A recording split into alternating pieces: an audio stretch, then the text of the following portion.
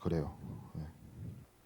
이 강의실에 되게 좋은 장비들이 많이 들어와 있거든. 사실 이 106 강의실에 저기 천장에 보면 그 장비가 설치가 되어 있는데 U클래스라고 해가지고 여러분들 지금 쓰고 있는 그 랩탑이나 그 패드를 여기에다가 다 연결해가지고 자료도 뿌려줄 수 있고 하거든요. 기능이 있어.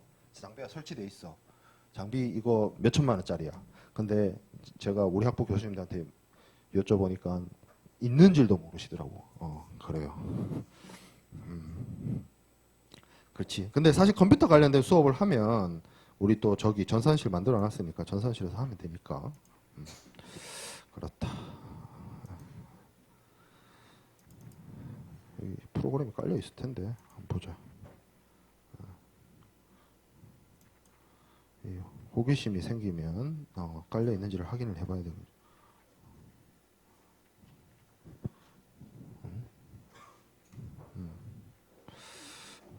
나도 안 쓰니까 잘 모르겠네요. 어디 있는지. 이건 아니고. 이거는 초코박스고. 그래, 아무튼 있대요. 소프트웨어는 못 찾겠다. 못 찾겠어요.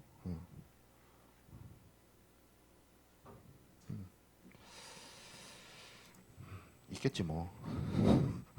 있겠지 뭐. 여긴가? 아닌데. 크롬이고 강의 녹화.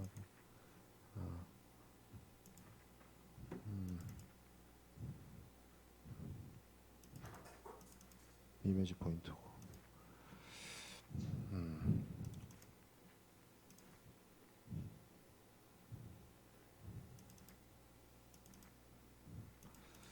나 좀 물어볼게요, 업체한테. 근데 쓰겠다는 건 아니야. 뭐 딱히 쓸 것 같진 않아. 자, 사설이 좀 길었고 수업 진행하도록 하겠습니다. 프레젠테이션.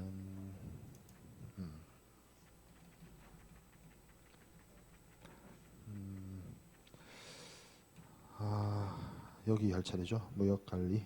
예. 자, 무역관리. 예. 어떤 나라든 그 기본적으로 그 나라의 무역을 관리를 할 필요가 있고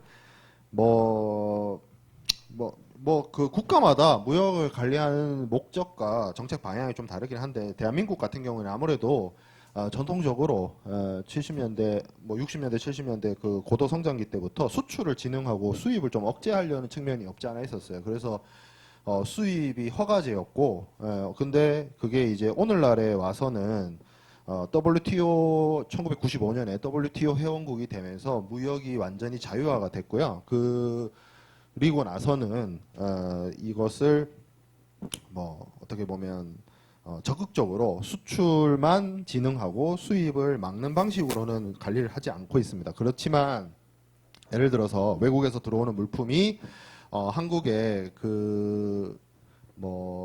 국민들의 어떤 건강이라든지 생태계라든지 아니면 좀 경쟁력이 떨어지는 그러한 산업을 보호하기 위한 측면에서 산업적으로 제한을 둔다거나 관세화 조치를 한다거나 커터를 둔다거나 그런 식으로 관리를 하고 있고요. 그래서 좀 나눠서 생각을 해보면 전통적으로 여기서 말하는 무역진흥이란 게 포커스가 사실은 한국의 경우에는 수출 진흥에 포커스가 좀 맞춰져 있습니다. 수출을 어떻게 하면 늘릴 것인가 포커스가 맞춰져 있어요. 그래서 여기 보면 수출보험, 무역보험이죠. 무역금융, 보조금, 장려금, 관세환급제도, 내국신용장, 구매승인서 이런 것들이 있는데 이 내국신용장이나 구매승인서는 수출 실적 인정을 위해서 필요한 부분이고요. 왜 수출 실적 인정이 기업들한테 필요하냐는 이게 조금 깊게 공부를 하면 어떤 게 있냐면 여러분들 부가가치세 내는 거 있죠. 여러분들도 소득세나 재산세나 이런 건 안 내도 부가가치세는 물건 살 때마다 내잖아요. 근데 한국의 경우에는 수출하는 기업들이 외국에 수출할 때는 부가가치세 면세를 해주거나 영세율을 적용하거나 하거든요.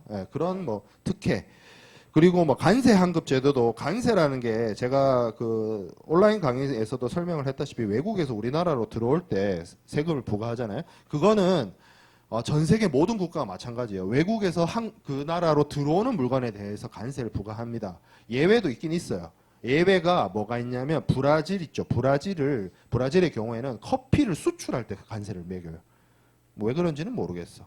관세를 매겨도 가격 경쟁력과 품질 경쟁력이 확보된다는 거지. 브라질의 원두가 블루 마운틴 뭐 이런 거 있잖아. 들어본 적 있죠.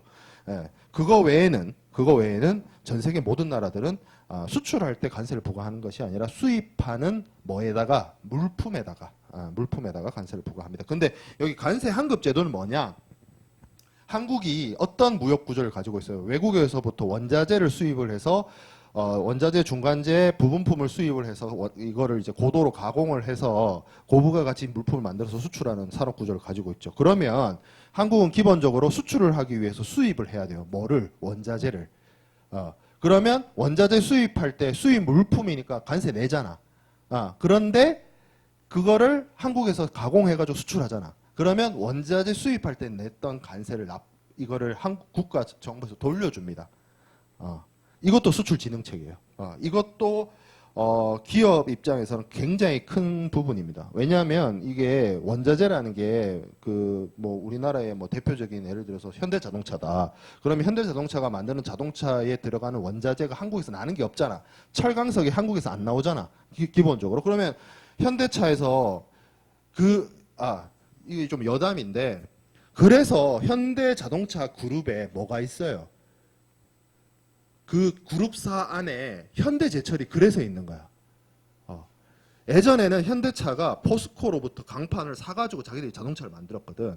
근데 지금은 현대제철이라는 회사가 있어요. 그러면 현대제철이 철강석을 사와서 강판을 만들잖아. 그거를 현대차로 넘기죠. 그리고 현대차가 수출을 하죠.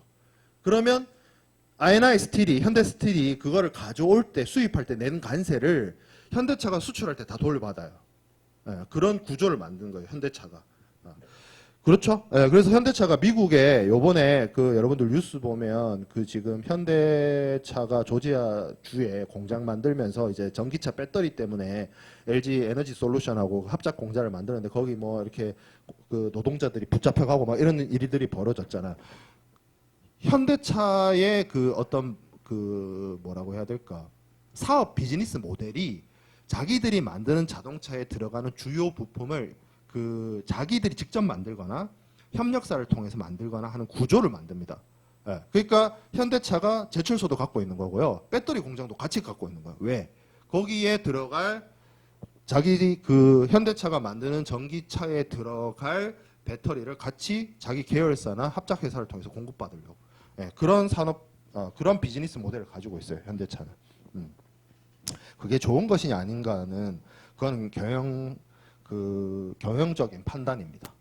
그거를 예를 들어서 애플처럼 자기들이 직접 생산을 안 하는 기업이 어떻게 보면 고부가 가치를 만들 수도 있는 부분이고요. 현대차처럼 현대차에 들어가는 강판이나 배터리를 다 자기들이 만들겠다고 하는 것도 어떻게 보면 경영적 전략의 판단이에요. 이건 조금 제가 그냥 여담으로 어차피 이거 제가 하는 수업이 아니라 여러분들이 다국적 기업론이나 국제경영론에서 수업 들어야 될 내용이지만 그냥 여담으로 얘기를 한 거고. 자, 무역 규제 수단이 있습니다. 이게 이제 요새 문제죠. 관세, 수량 제한, 수입 가징금, 수입 담보금 이런 것들이 다 관련되어져 있는데 요새 관세가 핫하죠. 누구 때문에? 그 아저씨 때문에 그 아저씨 있죠. 트럼프 아저씨. 트럼프 아저씨가 관세를 매기고 있죠. 어떻게? 상호 관세를. 그래서 뭐 25%, 아무튼 25% 관세가 엄청 높은 관세입니다. 쉽게 말하면. 자, 기본적으로 대한민국도 관세법이 있으니까 대한민국도 해외에서 들어오는 물품에 대해서 관세를 부과하는데 대한민국이 외국에서 들어오는 물품에 부과하는 관세의 평균 관세율이 있을 거 아니야. 그러니까 물품마다 관세가 다 다르거든요. 예를 들어서 대한민국은 이건 나라마다 달라요. 뭐 일본 다르고 중국 다르고 다 다른데 유럽 다르고 다 다른데 한국은 어떻게 이게 체계가 되어 있냐면 한국은 공업 제품의 경쟁력이 뛰어나고 농업 제품의 경쟁력이 떨어지잖아요. 그래서 WTO에 가입을 할 때 관세와 조치라는 걸 통해서 농림축산물에 대해서 관세를 국내외 가격의 차이만큼 엄청 때려놨어요. 그래서 여러분들 그 뭐 녹차, 마늘 뭐 이런 거 있죠. 농림축산물에 부과되는 관세가 뭐 200 몇 퍼센트, 뭐 300 몇 퍼센트 이래요.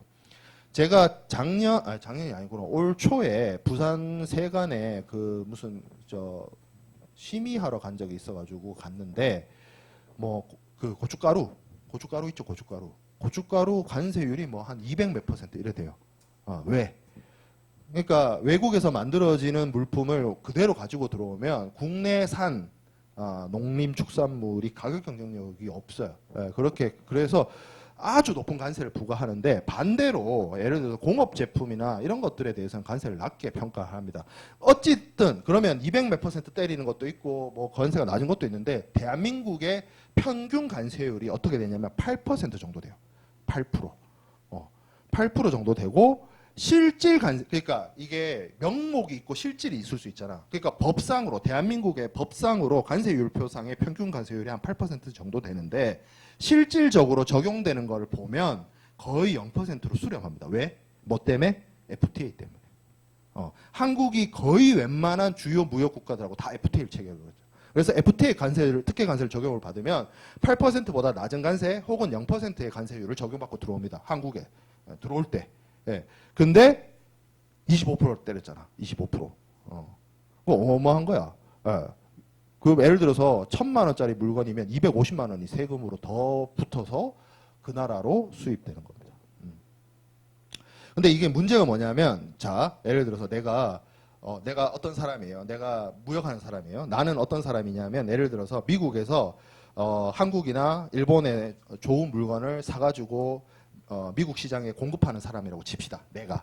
자, 근데 예전에 그래서 한국의 자동차나 아니면 한국의 가전제품이나 전자제품이나 뭐 K푸드나 뭐 이런 거를 수입해가지고 미국 시장에 H마트든 어디든 그렇게 해서 팔았어.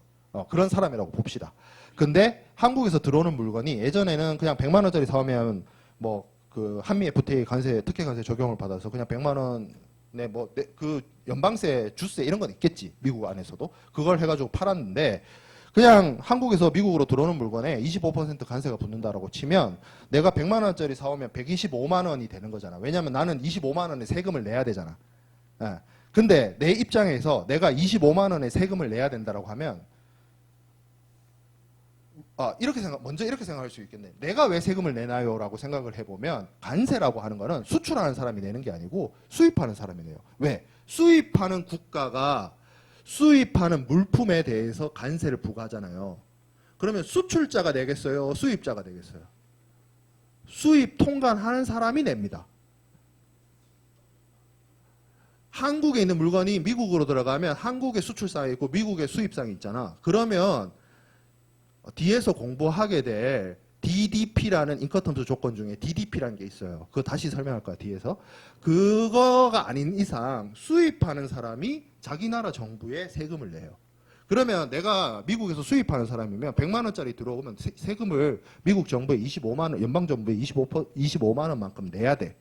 자, 그러면 나는 100만 원에 들어온 물건에 대해서 25만 원의 세금을 내면 내가 그 H마트에 납품을 할 때 다시 100만 원에 납품하겠어요?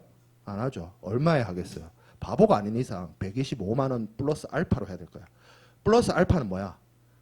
내 주머니 들어갈 돈이죠. 그렇죠. 그러면 미국 소비자들은 100만 원 플러스 알파로 사다가 25% 상호관세가 붙으면 125만 원 플러스 알파로 살 거 아니야. 그래서 미국에서 물가가 올라가지고 난리가 나는 거예요, 지금. 그러면 도대체 무슨 정신으로 무슨 마인드로 그걸 때린 거죠? 내가 생각할 때는 이거는 내가 트럼프 머릿속에 안 들어가 봤기 때문에 내 추측인데 그 수입 관세도 아마 수출국 쪽에다가 부담시킬 작정인 것 같아. 이제 미국으로 들어오는 물품의 상호관세 수출자가 내라 할 수 있거든요. 어떻게? 그거 방법은 나중에 인커텀스 공부하면서 얘기를 할게요. 그러니까 기본적으로는 지금 이 글로벌 스탠다드가 수입할 때 수입 국가가 관세를 부과하고 그 관세는 수입자가 내는 거예요. 수입자가. 예. 그렇다. 근데 글로벌 스탠다드하고는 다르게 가고 있다. 자, 어쨌든 그래 앞서 얘기했던 그러한 무역을 관리하는 여러 가지 규정들을 대한민국에서는 이 무역관계법규 3대 기본법을 통해서 관리를 하고 있습니다. 대무역법, 관세법, 외국환 거래법이 있고요. 우리 학부 수업에서는 그 1학기 때 관세와 통관이라는 수업이 있습니다. 그 수업에서 관세법, 대무역법은 아마 할 거고, 외국환 거래법은 국제통상전공에서 아마 금융 수업에서 여러분들이 좀 간접적으로 공부할 수 있지 않을까라는 생각이 들고요. 이게 이제 3대 기본법이고 그 외에도 직접적으로 무역을 관리하는 법은 아닌데 그 법에 있는 내용 중에 무역하고 조금 관련되어지는 여러 가지 법들이 있습니다. 여기 나와 있는 것처럼 뭐 전자무역 촉진에 관한 법률이라든지 전자문서, 전자거래 기본법 이런 법들이 있고 그것들이 다 무역하고 관련되어져 있습니다. 그 내용들을 좀 살펴보면 관세법은 제가 지난 시간에도 살짝 얘기를 했던 것처럼 관세를 부가징수하고 보세에 대해서 간략하게 설명을 했죠. 지난 시간에 그 온라인 강의에서. 그래서 보세 구역을 관리하고 수출입 통관을 하고 그런 것들을 규정을 하고 있고, 대무역법에서 뭐 수출입 승인이라든지 수출입 금지라든지 이런 것들, 통합 공고 뭐 이런 것들, 통합 공고를 통해서 물품들을 지정을 해서 관리를 하고 있고요. 특정 거래 형태의 수출입이나 전략 물자 이런 것들에 대해서 관리를 하고 있습니다. 그리고 외환거래법의 경우에는 이 해외 결제를 하는 통화에 대해서 관리를 하고, 뭐 여담으로 좀 얘기를 하면 외국환 관리 측면에서 보면 대한민국은 정말 엄격하게 관리하는 나라 중에 하나예요. 왜냐하면 여러분들 해외로 나갈 때 현찰을 일정 금액 이상 들고 못 나갑니다. 만불인가? 뭐 그럴 거예요. 만불. 1만 불? 내가 알기로는 그래요. 예. 그 1만 불 이상 들고 나가면 신고해야 되나? 허가 승인 받아야 되나? 신고한 걸로 알고 있는데 신고해야 될 거예요. 나도 이게 법이 하도 자주 개정돼서 이게 승인이었다가 신고였다가 1만 불이었다가, 이게 외국환 거래법이 그 허가 승인 규정이 되게 많거든요. 예를 들어서 해외에 내가 뭐 부동산을 산다, 뭐 이런 것들 뭐 허가 받아야 되고 승인 받아야 되고 신고해야 되고 그런 것들이 많은데, 아무튼 외국환 거래법이 그런 것들을 관리를 하고요. 대무역법은 뒤에서 얘기할 특정 거래 형태의 수출입이나 수출입 승인이나 이런 것들을 관리를 합니다. 자, 그 다음에 수출입 품목의 관리 체계를 보도록 하겠습니다. 자, 기본 취지는 대한민국뿐만 아니라 해외 다른 나라들도 미국이든 일본이든 중국이든 다 이런 체계를 가지고 있어요. 그래서 수출하거나 수입하는 품목에 대해서 이제 관리가 필요한데, 기본적으로 대한민국은 WTO 회원국이기 때문에 원칙적으로 모든 물품의 수출입은 자유입니다. 자유입니다. 하고 싶으면 하면 돼요. 근데 이게 왜 큰 의미를 갖냐면 1995년 이전에는, 1995년이 뭐 어떤 의미를 가지느냐, 그 해가 WTO가 출범한 해예요. 그 해를 기준으로 대한민국도 WTO 가입 이전에는 그러니까 94년도까지는 수출 수입이 자유가 아니었어요. 허가제였어요. 허가제. 그러면 제가 아까 얘기할 때 대한민국 정부가 이 경제 성장을 하면서 그러니까 수출은 진흥을 하고 수입은 억제하는 정책을 폈다고 그랬잖아. 그러면 허가를 강하게 받아야 됐던 게 뭐였겠어? 수입이었겠죠. 수출은 웬만하면 다 해줘. 진짜 뭐 나쁜 물건만 아니면 다 해줘. 근데 수입은 규제를 했어요. 억제를 했어요. 그래서 1994년 이전에는 외국산 농산물이 거의 안 들어왔습니다. 그래서 그 뭐 여러분들 옛날 시대상을 반영한 드라마나 영화 보면 뭐 바나나라든지, 지금은 마트에 너무 흔하게 볼 수 있고 그냥 썩어가는 그런 것들이 있죠. 열대 과일이나 외국에서 들어오는 수입산 과일. 요새는 마트 가면 국산 과일보다, 국내산 과일보다 뭐 칠레산 포도라든지 미국산 오렌지라든지 그걸 훨씬 많이 볼 수 있잖아요. 그전에는 그게 들어오지가 않았어요. 들어오지 않았다기보다는 들어오는 걸 막았지, 최대한. 근데 95년도 WTO 가입 이후에 이제 자유화가 됐습니다. 근데 그러면 무조건적으로 자유화가 돼 있냐? 그렇진 않아요. 그렇진 않고 경제적, 정치적, 사회적 목적에 따라서 그 범위를 제한을 할 수 있는데 예전에는 모든 걸 일단 막아놓고 정부에서 조금씩 허가를 해주는 방식이었다면 지금은 오픈을 해놓고 이 네거티브 방식으로 이거는 안 돼. 몇몇 품목을 지정을 해서 금지를 하거나 신청을 하거나 허가를 받거나 하는 방식으로 네거티브한 방식으로 바뀌었습니다. 그러면 그 수출입 범위를 제한하는 물품들이 어떤 것들이 있느냐? 여기 밑에 나와 있는 것처럼 전략물자. 전략물자라는 것들은 뭐냐면 여기 뒤에 보면 뭐 핵원료, 뭐 반도체, 미사일 이런 것들, 테러리스트를 지원하는 물품들 이런 것들이 있는데 전략물자가 뭐가 되냐면 그냥 여러분들 대놓고 무기, 총, 미사일, 뭐 전투기, 대포 이거는 누군가에게 해를 할 수도 있고 어떤 군사적인 어떤 행동을 할 수 있는 물품이라서 당연히 규제가 들어가야 될 것 같은데 전략물자라고 하는 건 뭐냐면 그냥 일반적인 물품인데 이 물품이 사용하기에 따라서는 그러한 무기라든지 어떤 뭐 테러에 사용되어질수록 용도 변경되어서 사용될 가능성이 높은 물건들이에요. 그럼 어떤 것들이 있느냐? 화학 재료들. 그러니까 우리는 뭐 잘 모르지만 저기 자가대 같은 데 가면 화학과 있잖아요. 거기에 예를 들어서 하약의 기초 성분에 대해서 알고 있다고 칩시다. 그러면 하약을 수출하거나 총알을 수입하거나 하는 것은 당연히 안 되겠지만 뭐 한 방식을 사용할 수 있겠어요? 원재료를 수입하는 거야. 원재료를 수입을 해서 뭐 하면 돼? 만들면 되잖아. 그러니까 그런 물건들이 전략물자입니다. 예를 들어서 컴퓨터, 반도체, 그리고 반도체 중에서도 요새 핫한 게 뭐야? 그 GPU라고 하죠. GPU. 뭐예요? 뭐에 쓸 수 있어요? GPU 가지고. AI 뭐 그것도 할 수 있고 나쁜 쪽으로 쓰면 뭐 채굴도 할 수 있잖아. 그런 거. 그것도 다 전략물자입니다. 그래서 여러분들 그 국제 뉴스에 보면 AI 패권 경쟁을 하면서 미국이 오픈 여러분들도 쓰죠. 챗 GPT, 오픈 AI, 아니면 제미나이 그거 쓰잖아요.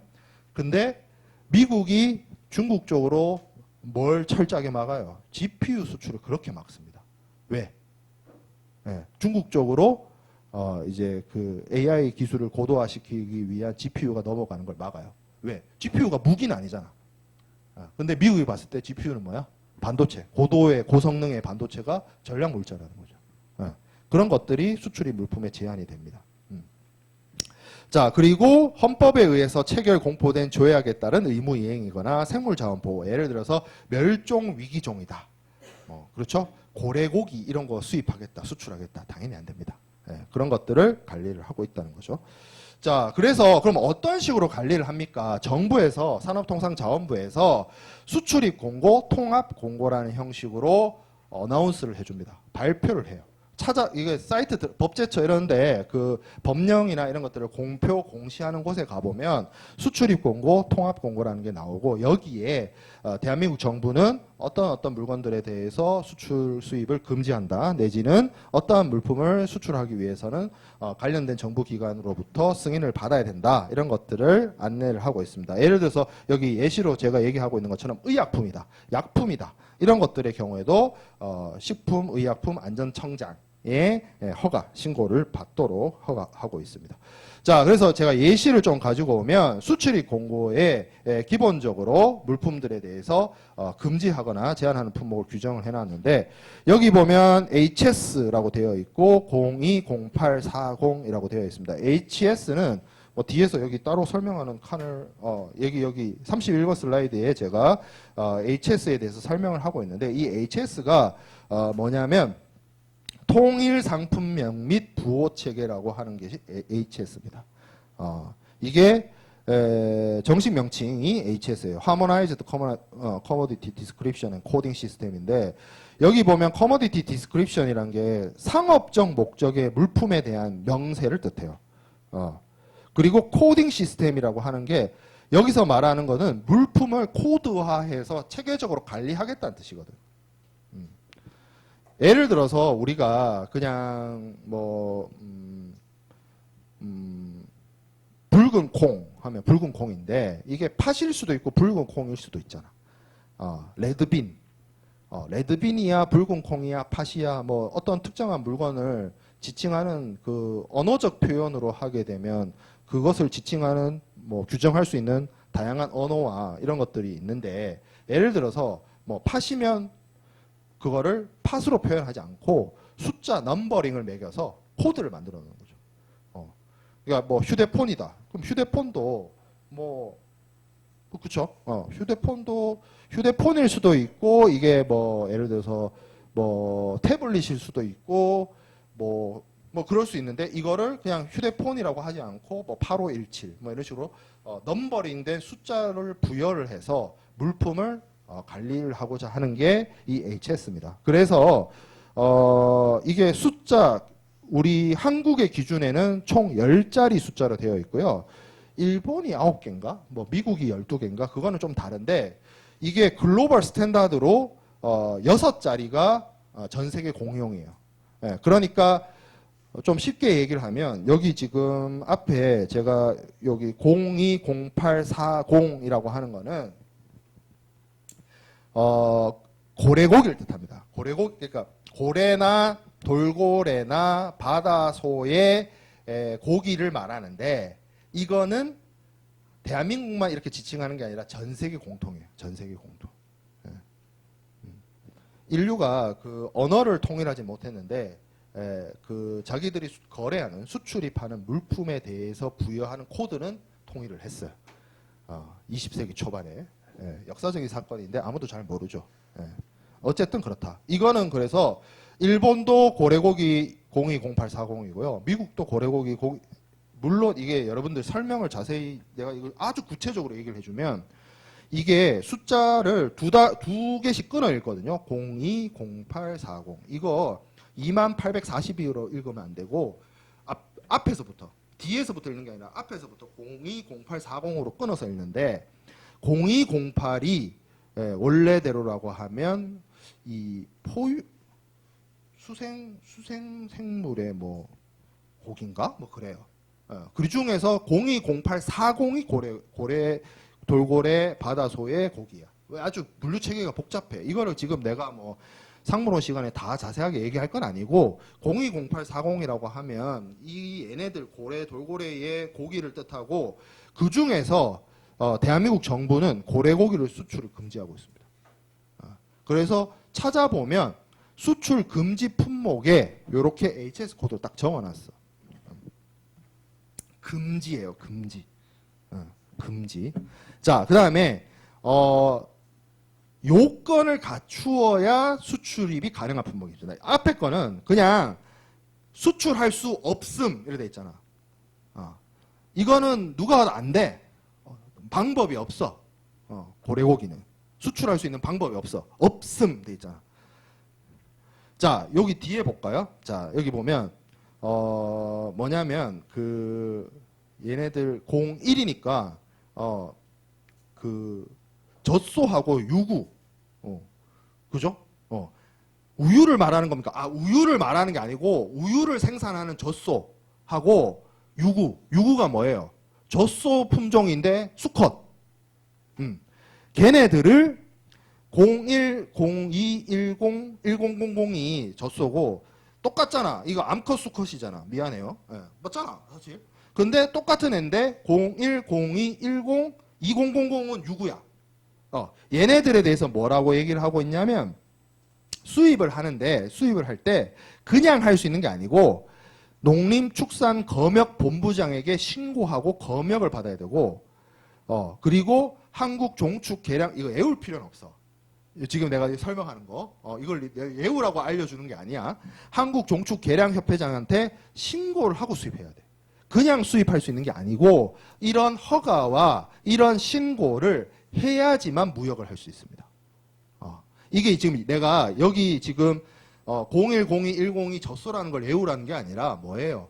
대한민국 정부가 수출입 물품에 대해서 관리가 필요하면 이런 식으로 딱 찍어가지고 HS 코드를 적고 이거를 너네가 무역을 하려고 하면 어떻게 해야 된다는 걸 반드시 알려줍니다. 여기 가서 신고하라. 여기 가서 뭐 허가를 득해라. 이런 것들. 그러면 예를 들어서 얘는 협상의 여지가 없잖아. 그죠? 금지하니까 그냥. 안 돼. 무조건 안 돼. 할 수 없어. 방법이 없어.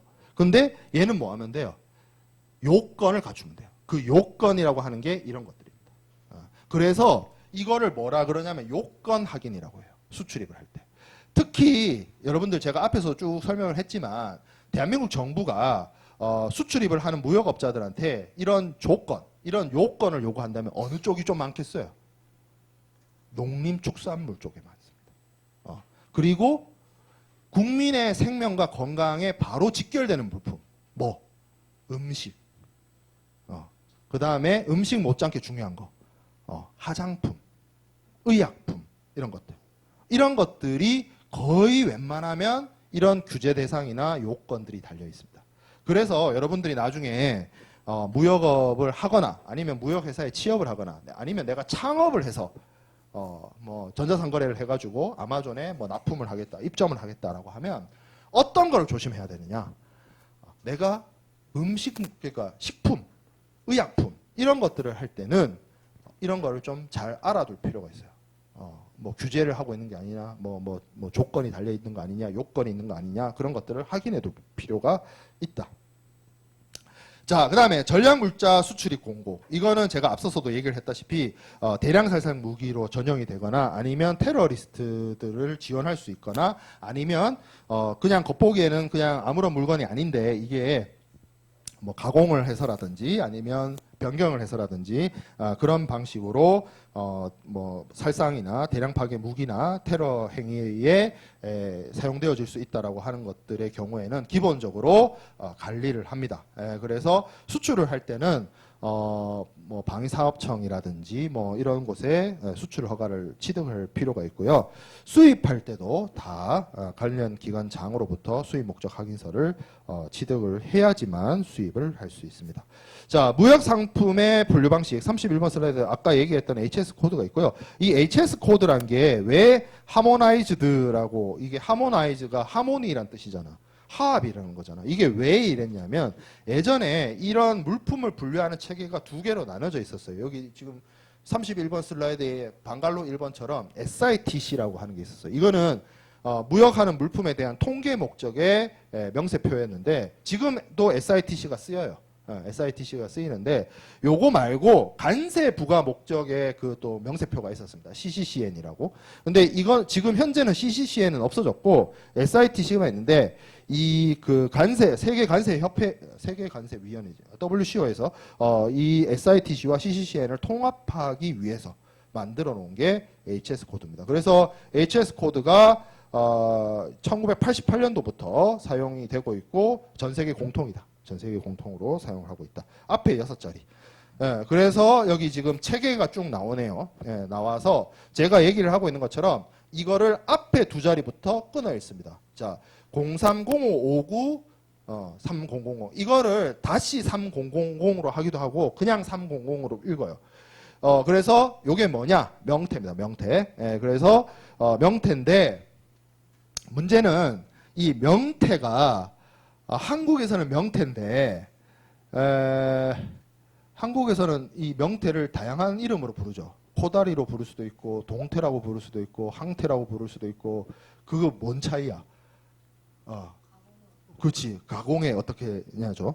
그렇죠? 근데 한국 사람들은 다양하게 먹는데 외국 사람들은 그냥 명태일 거 아니야. 한국 사람들처럼 다양한 방식으로 가공을 해가지고 먹진 않겠죠. 그렇죠? 그러면 외국 사람들이 봤을 때 명태는 명태야. 코다리도 명태고 항태도 명태고 동태도 명태야. 그러니까 이게 무슨 얘기냐면 한국 사람은 먹는 방법에 따라서 가공 방식에 따라서 다양한 이름으로 부르는데 외국은 안 그렇다고. 안 그렇다고.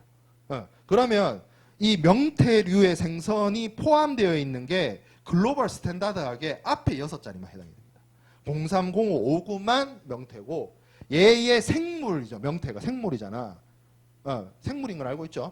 그 형태를 한국에서 대한민국 정부가 뒤에 3000을 붙인 거예요. 그러니까 앞에 6자리는 글로벌 스탠다드.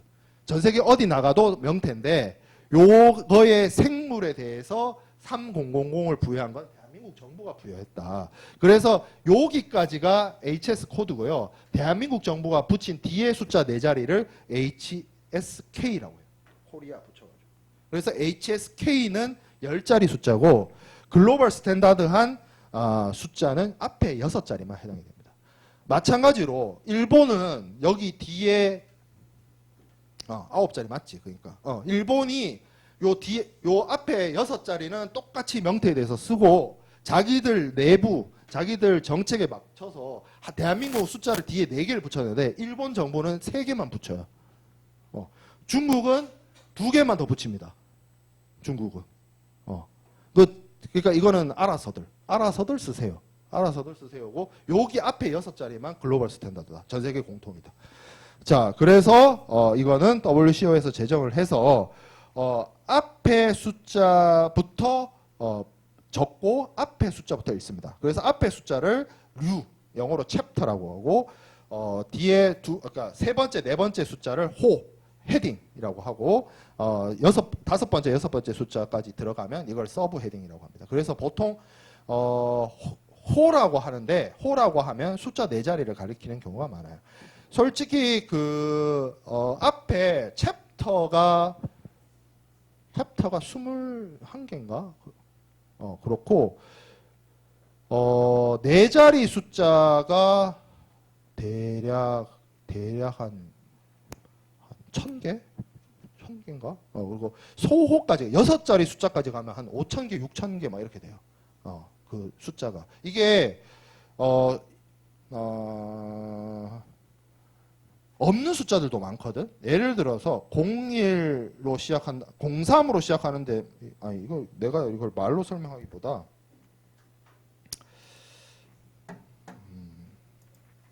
이게 재미난 시스템 같아서 좀 자세히 알고 싶습니다라고 하면 어디로 들어가면 되냐면 HS 코드를 구글에서 치면요. 요렇게 유니패스라는 사이트가 있고요. 여기 보면 어딨냐? 세계 HS라는 데가 있어요. 세계 HS라는 데가 딱 들어가면 대한민국의 HS 코드가 나오고 여기 전 세계 국기들이 쫙 나오잖아요. 일본 눌러볼게요. 그러면 일본의 HS 코드가 쫙 나옵니다. 잘 돼 있어요. IT 코리아 대한민국 생각보다 잘 돼 있어요. 이런 거. 그래서 자 그래 계속 뭐 고래가 어쩌고 뭐 명태가 어쩌고 했으니까 여러분들이 관심 있는 거 한번 볼까? 뭐 있을까? 전자기기 한번 가볼게요. 전자기기. 자 여기 보면 전동기, 발전기부터 시작하네. 8501 해서 쭉 해요. 쭉 진공청소기 8508, 면도기 8510, 쭉 이렇게 다 규정이 되어 있습니다. 자 전화기 8517, 8517. 8517에 눌러보면 자 전화기가 이 많은 게 전화기인데 이 중에서도 유선 전화기는 8517110000. 자 스마트폰 8517130000. 요게 스마트폰입니다. 쭉 내려가면 쭉 내려가 볼게요. 뭐가 있냐면 자 851762에 가보면 뭐가 있어요. 자동 자료 처리 기기에 결합되거나 연결되어 사용되는 종류의 것. 뭐겠어요? 컴퓨터. 자동 자료 처리 기기가 뭐냐면 컴퓨터야. 컴퓨터와 결합되거나 연결되어 사용되는 종류의 것이 또 851762에 있습니다. 그렇죠? 뭐 이렇다. 이건 부분품. 그러니까 부분품도 같이 분류를 하고 있고 이 6번대가 이거에 뭐가 들어갈 것 같아요, 여러분들? 내가 이렇게 설명을 해놨는데 85176 이건 뭘 의미하는 걸까?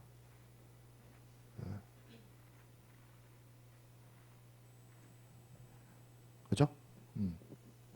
태블릿 중에 뭐? 통신되는 거. 통신되는 거. 여기 통신칩 들어간 태블릿 있죠? 통신칩 들어간 거. 그거다. 그거다. 자, 그러면 컴퓨터는요? 컴퓨터는 이쪽이 아니에요. 웃기죠? 아닙니다. 컴퓨터는 어디 가야 되냐면 여기 84류 84 84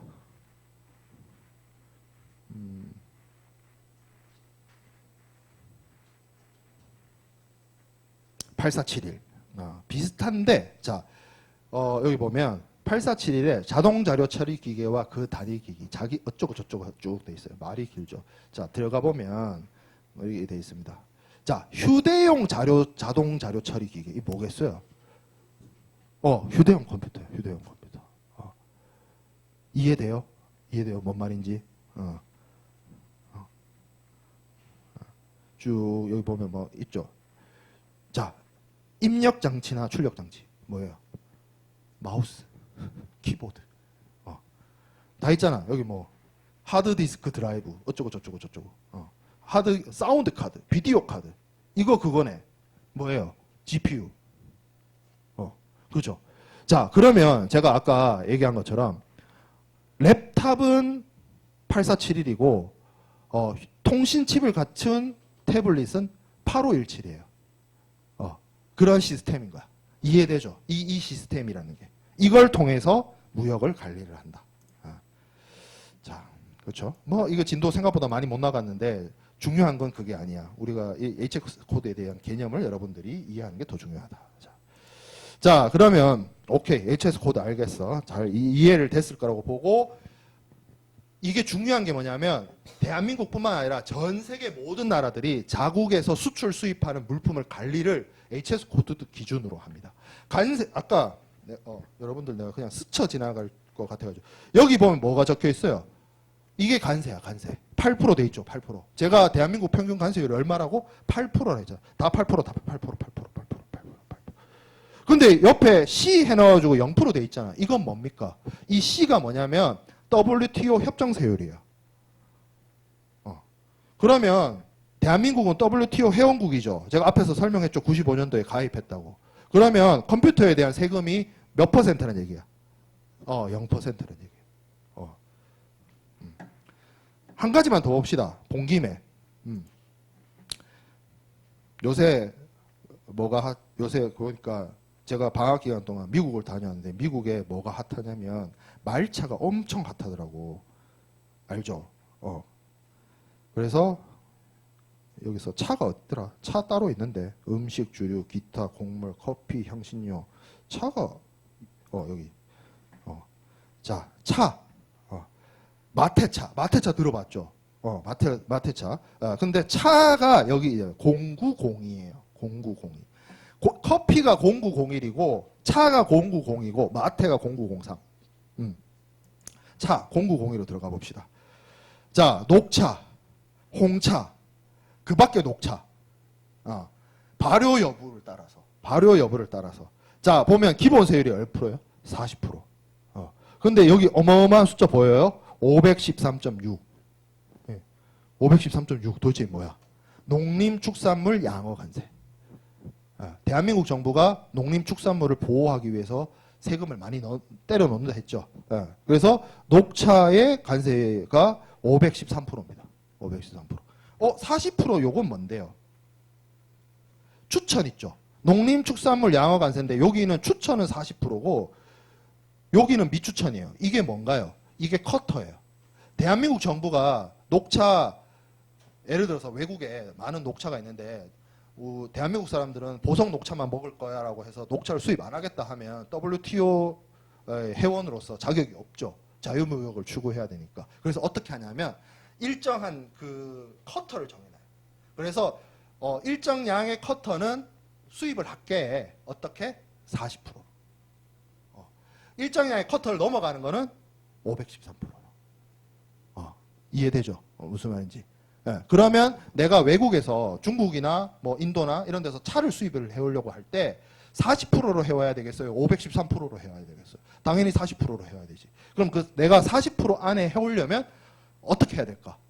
이게 절차가 복잡합니다. 그 요건을 갖추는 게 되게 일이에요, 일. 그거를 잘 아는 사람이 제대로 된 무역을 할 수가 있다. 20% 요건 뭡니까? 뭐냐라고 하면 아시아 태평양 협정 세율이라는 게 있는데 요거는 아시아 태평양 지역의 개발도상국들끼리 우리끼리 서로 무역을 잘해보자라고 해서 아주 옛날에 맺어놓은 협정이 있습니다. 이거는 FTA 체결하기 훨씬 이전부터 있던 거예요. 그래서 그때는 20%로 적용이 되어 있었고 그러면 그건 없나요? FTA 특혜 관세는. FTA 특혜 관세는 따로 있습니다. FTA 특혜 관세는 여기 규정 안 돼 있고 또 따로 있어. 왜? 특혜 중에 특혜니까. 그런 구조로 되어 있습니다. 자, 어느 정도 설명이 된 것 같고, 오케이. 자, 그 다음에 요거 하나만 이제 더 보고 2주차 강의제를 못 나가겠네. 어쨌든 자, 특정 거래 형태의 수출입 관리라고 해가지고 뒤에 위탁 판매 수출, 수탁 판매 수입, 위탁 가공 무역, 수탁 가공 무역, 임대 수출, 임차 수입, 연계 무역 이런 것들이 되어 있는데 이런 것들을 관리를 합니다. 자, 이거를 왜 관리를 해야 되냐면 지난 제가 온라인 강의 때 설명했던 핵심하고 연결이 돼요. 어떤 부분이 연결이 되냐면 자, 대무역법 얘기할 때 수출, 수입, 무역의 대상을 얘기할 때 제가 무슨 얘기를 했어요? 강의의 무역이라고 했죠. 넓은 의미의 무역이라 하면서 뭐도 포함된다? 서비스, 전자적 형태의 무채물 이런 것들도 무역의 대상이 된다. 무역으로 본다. 근데 관세법은 뭐로만 본다? 물품의 수출 수입만 무역으로 본다라고 했죠. 그 어프로치에 차이가 있다라고 분명히 얘기를 했어요.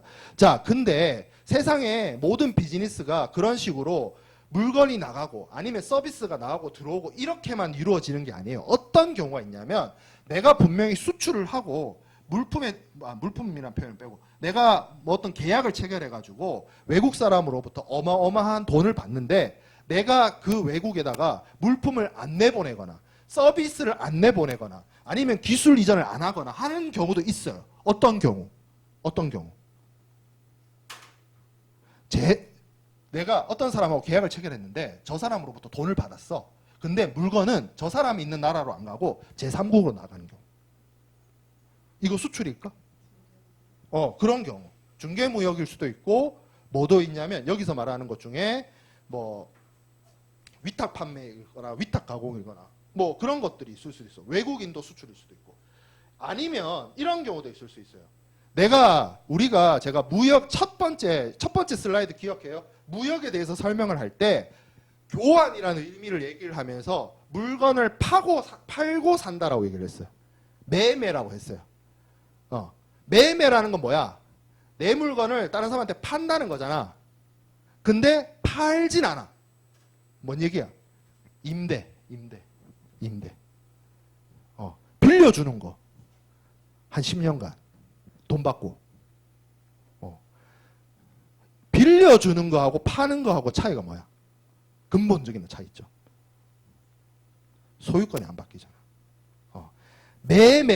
매각, 구매는 뭐예요? 구매했다는 건 뭐예요? 내 물건이란 거잖아. 임대해왔다는 뭐예요? 내 건 아닌데 내가 쓰기로 했다는 거잖아. 임대도 있어요, 임대. 국제무역에서는 비즈니스를 할 때 임대를 합니다. 소유권, 그러면 임대 수출입은 매각이 아니야. 매매가 아니야. 소유권 이전이 없어. 근데 돈은 받아. 어떡할 거야? 수출 실적으로 봐야 될 거야? 말아야 될 거야? 봅니다. 어떤 법 기준으로? 어떤 법 기준일 것 같아요? 대외무역법 기준으로. 임대 수출입 대무역법 기준으로 훌륭한 수출 실적이에요. 근데 무슨 법 기준으로는 관심조차 없겠어. 관세법 기준으로는 얘는 아니야. 무역이 아니야. 이해돼요? 무슨 차이인지? 네. 그러면 저렇게 쉽게 말해서 대한민국 땅에서 외국으로 물건이 나가거나 아니면 외국에서 대한민국 땅으로 물건이 들어오는 수출 수입이 아닌 방식의 무역 거래 혹은 비즈니스 거래 형태를 특정 거래 형태라고 합니다. 그리고 이런 것들을 관리하도록 대무역법에 규정이 되어 있어요. 대무역법에 그리고 규정되어 있는 특정 거래 형태가 여기 34번 슬라이드에 있는 11가지입니다. 하나하나 의미는 제가 지난 시간에 무역의 분류를 할 때 대략 설명을 했어요. 그래서 읽어보면 이거 있네. 인터미디어 트레이드. 카운터 트레이드 뭐야? 하나의 계약, 하나의 거래가 아니라 내가 너한테 수출했으니 너도 내 물건 사. 뭐 이런 거 있죠. 얘기했죠. 연계무역. 연계무역들.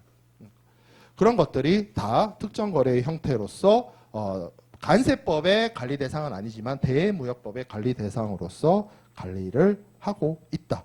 자, 그러면 얘가 얘가 34번 슬라이드에 있는 애가 특정 거래 형태라고 하면 일반 형태 거래는 뭡니까? 일반 거래 형태는 여러분들이 알만한 그런 거죠. 무역 결제 해가지고 매매 계약서 써서 오퍼하고 승낙해서 내가 한국에서 외국으로 그 나라로 물건 보내고 다이렉트로 직접 무역하는 거. 그게 일반 거래 형태의 무역이고 그거 아닌 대무역법에서 별도의 거래를 규정을 해놓은 게 특정 거래입니다. 그럼 얘네들을 어떻게 관리하느냐? 일반 거래 같은 경우에는 관리가 쉬워요. 왜 쉬워요? 부산에서 컨테이너 실어서 나가. 그럼 수출 신고해. 이 물건 나가네? 그럼 반대급부가 있을 거 아니야. 은행으로 뭐 대금이 들어오거나 하겠죠. 그거 다 추적됩니다. 물건 나가고 돈 들어오는 게 다 추적돼. 대한민국 정부에서. 그러니까 뭐 의미가 없어. 근데 특정 거래 형태는 얘네들이 수출 실적으로 인정받으려면 그러니까 뭐가 하나 결여되어 있다는 거잖아. 예를 들어서 뭐 물건이 한국에서 안 나간다거나 그 나라로 직접 안 간다거나 뭐 이런 식일 거 아니야. 그래서 요 특정 거래 형태마다 어떤 식으로 하면 정부에서 수출 실적 기준으로 인정을 해준다라는 규정들이 다 따로 있습니다. 뭐 그거를 지금 뭐 법령을 공부하는 시간이 아니니까 뭐 자세하게 소개하진 않는데 그런 식으로 관리를 한다. 자, 특정 거래 형태의 수출입 관리까지 살펴봤습니다. 좀 애매해서 2주차 강의 자료는 온라인으로 진행하고 오늘은 여기서 마치도록 하겠습니다. 고생했어요. 마칠게요. 네.